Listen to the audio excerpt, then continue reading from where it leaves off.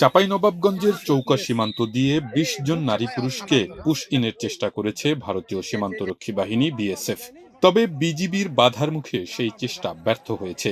এ ঘটনাকে কেন্দ্র করে ওই সীমান্তে কিছু সময়ের জন্য মুখোমুখি অবস্থান নেন বিজিবি ও বিএসএফ সদস্যরা।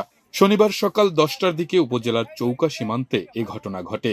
এ সময় পুশ ইনের চেষ্টা ও পুশ ইন রুখে দিতে দুই দেশের সীমান্তরক্ষী বাহিনী মুখোমুখি অবস্থান নেয়। বিজিবি সদস্যদের সাথে লাঠি সোঁটা নিয়ে স্থানীয় গ্রামবাসীও অবস্থান নেন।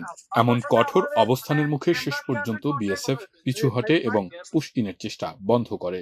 ৬টা ৫০-এ আপনার ইন্ডিয়া থেকে ২০টা লোক, ৪টা বাচ্চা, ১১টা পুরুষ আর ৫টা মহিলা, টোটাল ২০টা লোককে ওরা পুশ করতে চাচ্ছিল।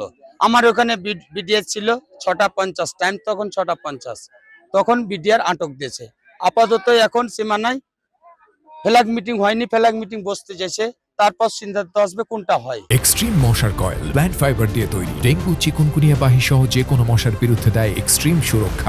আবার পোষণ চলছে, আমরা এই পোষণকে সর্বদা রুখে দিতে আমরা সাধারণ জনগণ এবং আমাদের বিডিআর, গ্রাম পুলিশ সবাই আমরা প্রস্তুত রয়েছি এবং আমাদের এটা মাথায় রাখতে হবে, ৯ মাস অর্জিত এই সোনার বাংলাদেশ আমরা এই পুনর্ভাবে ধ্বংস হতে দেওয়া যাবে না।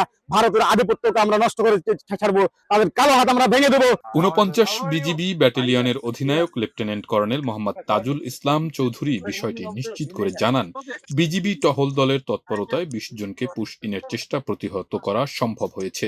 বিজিবির বাধার মুখে তারা শূন্য রেখায় ভারতীয় অংশে অবস্থান নেয়। পরে বিএসএফ তাদের আবার ভারতীয় ভূখণ্ডে ফিরিয়ে নিয়ে যায়।